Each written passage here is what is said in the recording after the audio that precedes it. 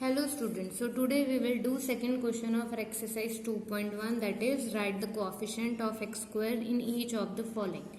Now first of all, what is the meaning of coefficient? तो आपके पास कोई भी क्वेश्चन है, सपोज 5x है या 6y है, तो जो भी वेरिएबल होता है उसके जो आगे लिखा होता है, जो नंबर लिखा होता है, दैट इज द कोएफिशिएंट. तो यहाँ पे x का कोएफिशिएंट क्या है 5, y का कोएफिशिएंट क्या है 6. तो अब हमें कुछ पार्ट्स गिवन है, वहां पे हमने so now we have 2 plus x square plus x.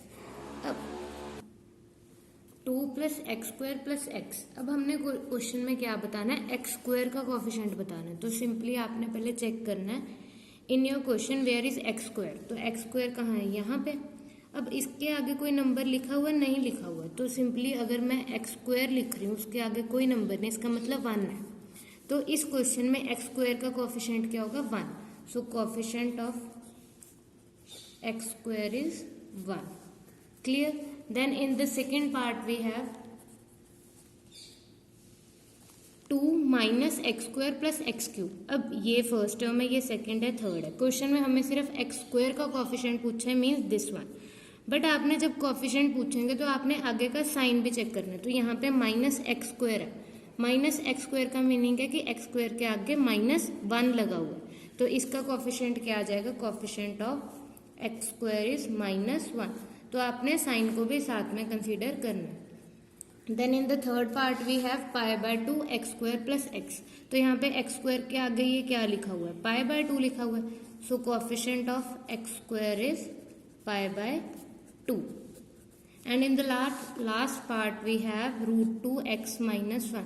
अब क्वेश्चन में हमें एक्स स्क्वायर का कोएफिशिएंट पूछा है, बट यहाँ पे तो √2x लिखा हुआ है और 1. एक्स स्क्वायर तो कहीं पे है ही नहीं है. इसका मतलब एक्स स्क्वायर का कोएफिशिएंट क्या होगा 0, बिकॉज एक्स स्क्वायर टर्म ही नहीं पड़ी है यहाँ पे. तो आंसर आ जाएगा 0.